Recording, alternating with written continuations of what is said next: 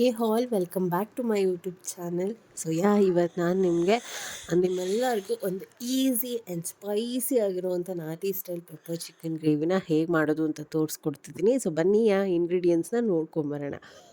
So ಇದಕ್ಕೆ ಹಸಿಮೆಣ್ಸಿನ್ಕಾಯಿ ನಾನು ಇಲ್ಲಿ ಒಂದು 10-12 ತೊಗೊಂಡಿದ್ದೀನಿ. ನಿಮ್ಮ ಖಾರ ಎಷ್ಟು ಬೇಕೋ ಅಷ್ಟು ಹಾಕ್ಕೊಬೋದು. ಮತ್ತು ಒಂದು 2 ಇಂಚು ಶುಂಠಿ ಮತ್ತು ಒಂದು 5-6 ಗೆಡ್ಡೆಯಷ್ಟು ಬೆಳ್ಳುಳ್ಳಿ. ಸೊ ಬೆಳ್ಳುಳ್ಳಿ ಸ್ವಲ್ಪ ಜಾಸ್ತಿ ಬೇಕಿದ್ದಕ್ಕೆ. ಈ ಮೂರನ್ನು ಗ್ರೈಂಡ್ ಮಾಡಿ ಇಟ್ಕೋಬೇಕು. ಮತ್ತು ಅರಿಶಿನ ಪುಡಿ 1 table spoon garam masala powder, ಮತ್ತು ನಾನು ಇಲ್ಲಿ ತೇಜು ಚಿಕನ್ ಮಸಾಲ ಪೌಡರ್ ಒಂದು 2 ಟೇಬಲ್ ಸ್ಪೂನ್ ತೊಗೊಂಡಿದ್ದೀನಿ. ಮತ್ತು 1.5 ಟೇಬಲ್ ಸ್ಪೂನಷ್ಟು ಪೆಪ್ಪರ್ ಪೌಡರ್, 1 ಇಡಿ ಕೊತ್ತಂಬರಿ, 1 ಇಡಿ ಪುದೀನ, ಮತ್ತು ಕರಿಬೇವು, ಲೆಮನ್ನು. ನಾನಿಲ್ಲಿ ಮತ್ತು ಒಂದು ಅರ್ಧದಿಂದ 3/4 kg ಚಿಕನ್ನ ವಾಶ್ ಮಾಡಿಟ್ಕೊಂಡಿದ್ದೀನಿ. ಆ್ಯಂಡ್ ಒಂದು 3 to 4 ಟೇಬಲ್ ಸ್ಪೂನಷ್ಟು ಆಯಿಲ್, ರುಚಿಗೆ ತಕ್ಕಷ್ಟು ಉಪ್ಪು. ಸೊ ಬನ್ನಿ ನೋಡ್ಕೊಂಬರೋಣ ಹೇಗೆ ಮಾಡೋದು ಅಂತ. ತುಂಬಾ ಈಸಿ ರೆಸಿಪಿ ಇದು.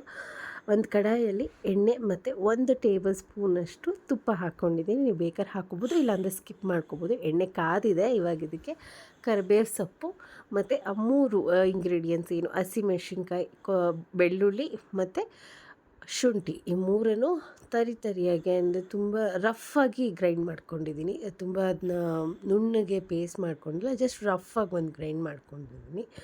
ಸೊ ಇದನ್ನು ನೀಟಾಗಿ ಫ್ರೈ ಮಾಡಿಕೊಂಡು ಎಣ್ಣೆ ಬಿಡೋ ತನಕ, ಈ ಹಸಿ ವಾಸನೆ ಹೋಗೋ ತನಕ ಈ ಮಸಾಲಾನ ಫ್ರೈ ಮಾಡ್ಕೋಬೇಕು. ಫ್ರೈ ಮಾಡ್ಕೊಂಡಿದ್ದ ನಂತರ ಇದಕ್ಕೆ ಚಿಕನ್ ಸೇರಿಸ್ಕೊತಾ ಇದ್ದೀನಿ.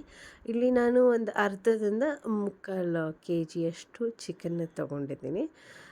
ಸೊ ಇವಾಗ ಚಿಕನ್ಗೆ ಮಸಾಲ ಮಿಕ್ಸ್ ಮಾಡಿ ಅದಕ್ಕೆ ಅರಿಶಿನ ಪುಡಿ ಮತ್ತು 1-1.5 ಟೇಬಲ್ ಸ್ಪೂನ್ ಖಾರ ನೋಡಿಕೊಂಡು 1-1.5 ಟೇಬಲ್ ಸ್ಪೂನಷ್ಟು ಪೆಪ್ಪರ್ ಪೌಡರ್, ಕಾಳು ಮೆಣಸು ಪೌಡರ್ನ ಹಾಕ್ಕೊಂಡಿದ್ದೀನಿ. ಮತ್ತು ಇದಕ್ಕಿವಾಗ ರುಚಿಗೆ ತಕ್ಕಷ್ಟು ಉಪ್ಪು. ನಾನು ಇಲ್ಲಿ ಕಲ್ಲುಪ್ಪನ್ನ ಸೇರಿಸ್ಕೊಂಡಿದ್ದೀನಿ. ನಿಮಗೆ ಬೇಕಾದರೆ ಪುಡಿ ಉಪ್ಪನ್ನ ಸೇರಿಸ್ಕೋಬಹುದು. ಮತ್ತು 1 ಇಡಿ ಪುದೀನ ಮತ್ತು 1 ಇಡಿ ಕೊತ್ತಂಬರಿ ಸೊಪ್ಪು. ಸೊ ಇದು ಎರಡನ್ನೂ ಸೇರಿಸ್ಕೋಬೇಕು. ಎರಡನ್ನೂ ಸೇರಿಸ್ಕೊಂಡು ಇದನ್ನು ಒಂದು ಒಳ್ಳೆ ಮಿಕ್ಸ್ ಕೊಟ್ಟು ಚೆನ್ನಾಗಿ ಅದನ್ನ ಫ್ರೈ ಆಗೋದಕ್ಕೆ ಬಿಡಬೇಕು. ಆದಷ್ಟು ಚಿಕನ್ನು ಈ ಟೈಮಲ್ಲಿ ಸ್ವಲ್ಪ ಆದಷ್ಟು ಫ್ಲೇಮ್ನ ಸ್ಲಿಮ್ಮಲ್ಲೇ ಇಟ್ಕೊಂಡು ಚಿಕನ್ನ ಫ್ರೈ ಮಾಡ್ಕೋಬೇಕು. ನೀರು ಬಿಟ್ಕೊಂಡು ಅದು ಸೈಡಲ್ಲಿ ಎಣ್ಣೆ ಎಲ್ಲ ಬಿಟ್ಕೊಳ್ಳುತ್ತೆ. ಅದಾದ ನಂತರ ಚಿಕನ್ ಆಲ್ಮೋಸ್ಟ್ ಒಂದು 50% ಫ್ರೈ ಆಗಿರುತ್ತೆ. ನೋಡ್ತಾ ಇರ್ಬೋದು ನೀವು, ಸೈಡಲ್ಲೆಲ್ಲ ಎಣ್ಣೆ ಬಿಟ್ಕೊಂಡಿದೆ.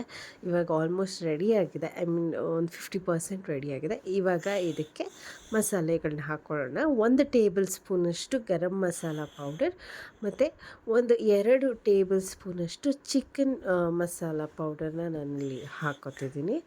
ಇದು ಎರಡನ್ನು ಹಾಕ್ಕೊಂಡು ಚೆನ್ನಾಗಿ ಫ್ರೈ ಮಾಡಿಕೊಂಡು ಮತ್ತು ನಿಮಗೆ ಎಷ್ಟು ನೀರು ಬೇಕೋ ಅಷ್ಟು ನೀರನ್ನು ಇದಕ್ಕೆ ಹಾಕ್ಕೋಬೋದು. ನೀವು ಬೇಕಾದರೆ ಡ್ರೈ ಕೂಡ ಮಾಡ್ಕೋಬೋದು. ಡ್ರೈ ಮಾಡ್ಕೊಂಡು ಇನ್ನೂ ಚೆನ್ನಾಗಿರುತ್ತೆ. ರಸಮ್ಗಂತೂ ಬೆಸ್ಟ್ ಕಾಂಬಿನೇಷನ್ ಇದು. ಆ್ಯಂಡ್ ರಸಮ್ಗೆ ಡ್ರೈ ಮಾಡ್ಕೊಂಡು ತಿಂತಾಯಿದ್ರೆ ತುಂಬಾ ಚೆನ್ನಾಗಿರುತ್ತೆ ಆ್ಯಕ್ಚುಲಿ. ಸೊ ನಾನಿಲ್ಲಿ ಚಪಾತಿಗೆ ಮಾಡ್ತಾ ಇರೋ ಕಾರಣ ನೀರನ್ನ ಸೇರಿಸ್ಕೊತಾ ಇದ್ದೀನಿ. ನೀವು ಡ್ರೈ ಮಾಡ್ಕೋಬೇಕು ಅಂದರೆ ಒಂದು ಅರ್ಧ ಗ್ಲಾಸ್ ನೀರು ಹಾಕ್ಕೋಬೋದು. ಇಲ್ಲ ನಿಮಗೆ ಗ್ರೇವಿ ಬೇಕು ಅಂದರೆ 1 ಗ್ಲಾಸ್ ನೀರು ಹಾಕ್ಕೊಂಡು ನಿಮ್ಮ ಕನ್ಸಿಸ್ಟೆನ್ಸಿನ ನೋಡಿಕೊಂಡು ನೀವು ಗ್ರೇವಿ ಮಾಡ್ಕೋಬಹುದು. ಸೊ ನಾನಿಲ್ಲಿ ನೀರನ್ನು ಹಾಕಿದ್ದೀನಿ, ನೋಡ್ತಾ ಇರ್ಬೋದು. ಆಲ್ಮೋಸ್ಟ್ ಒಂದು ಗ್ರೇವಿ ಕನ್ಸಿಸ್ಟೆನ್ಸಿನಲ್ಲಿದೆ. ಬರ್ತಾ ಚಿಕನ್ ಬೇಯ್ತಾ ಅದು ಸ್ವಲ್ಪ ಗಟ್ಟಿ ಆಗ್ತಾ ಹೋಗುತ್ತೆ. ಸೊ ಇಷ್ಟು ನೀರು ಇವಾಗ ಸಾಕು ಇದಕ್ಕೆ. ಸೊ ಈಗ ಒಂದು ಲಿಡ್ ಕ್ಲೋಸ್ ಮಾಡಿ ಒಂದು 7-10 ನಿಮಿಷ ಇದನ್ನು ಬೇಯೋದಕ್ಕೆ ಬಿಡ್ತಿದ್ದೀನಿ. ಸೊ ನೋಡ್ತಾ ಇರ್ಬೋದು, ಆಲ್ಮೋಸ್ಟ್ ರೆಡಿಯಾಗಿದೆ ಚಿಕನು. ತುಂಬಾ ಸ್ಪೈಸಿಯಾಗಿ ಯಮ್ಮಿಯಾಗಿರುತ್ತೆ. ಇವಾಗ ಇದಕ್ಕೆ ಲೆಮನ್ ಜ್ಯೂಸನ್ನ ಆ್ಯಡ್ ಮಾಡ್ಕೊಳ್ಳೋಣ. ಒಂದು ಅರ್ಧ ಹೋಳಷ್ಟು ನಿಂಬೆಹಣ್ಣು ಆ್ಯಡ್ ಮಾಡ್ಕೊಳ್ಳೋಣ. ಸೊ ಆ್ಯಡ್ ಮಾಡಿಕೊಂಡು ಒಂದು ಒಳ್ಳೆ ಮಿಕ್ಸ್ ಕೊಟ್ಟು ಗ್ಯಾಸ್ ಫ್ಲೇಮ್ನ ಆಫ್ ಮಾಡಿಕೊಂಡ್ರೆ ನಮ್ಮ ನಾಟಿ style pepper chicken gravy yummy and ಟೇಸ್ಟಿಯಾಗಿ ತುಂಬಾ ಚೆನ್ನಾಗಿರುತ್ತೆ. ನೀವು ಎಲ್ಲರೂ ಟ್ರೈ ಮಾಡಿ ಮತ್ತು ಕಮೆಂಟ್ ಮಾಡಿ ಹೇಗಿತ್ತು ಅಂತ ತಿಳಿಸಿ. ಸೊ ನಿಮಗೆಲ್ಲ ಇಷ್ಟ ಆದರೆ ದಯವಿಟ್ಟು ಪ್ಲೀಸ್ ಲೈಕ್ ಮಾಡಿ, ಶೇರ್ ಮಾಡಿ ಹಾಗೂ ಸಬ್ಸ್ಕ್ರೈಬ್ ಮಾಡ್ಕೊಳ್ಳಿ. ಪಕ್ಕದಲ್ಲೇ ಬರೋವಂಥ ಬೆಲ್ ಐಕಾನ್ನ ಕ್ಲಿಕ್ ಮಾಡಿ, ಸೊ ದಟ್ ನನ್ನೆಲ್ಲ ವಿಡಿಯೋ ನೋಟಿಫಿಕೇಷನ್ಸ್ ನಿಮಗೆ ಬರುತ್ತೆ. Thank you for watching.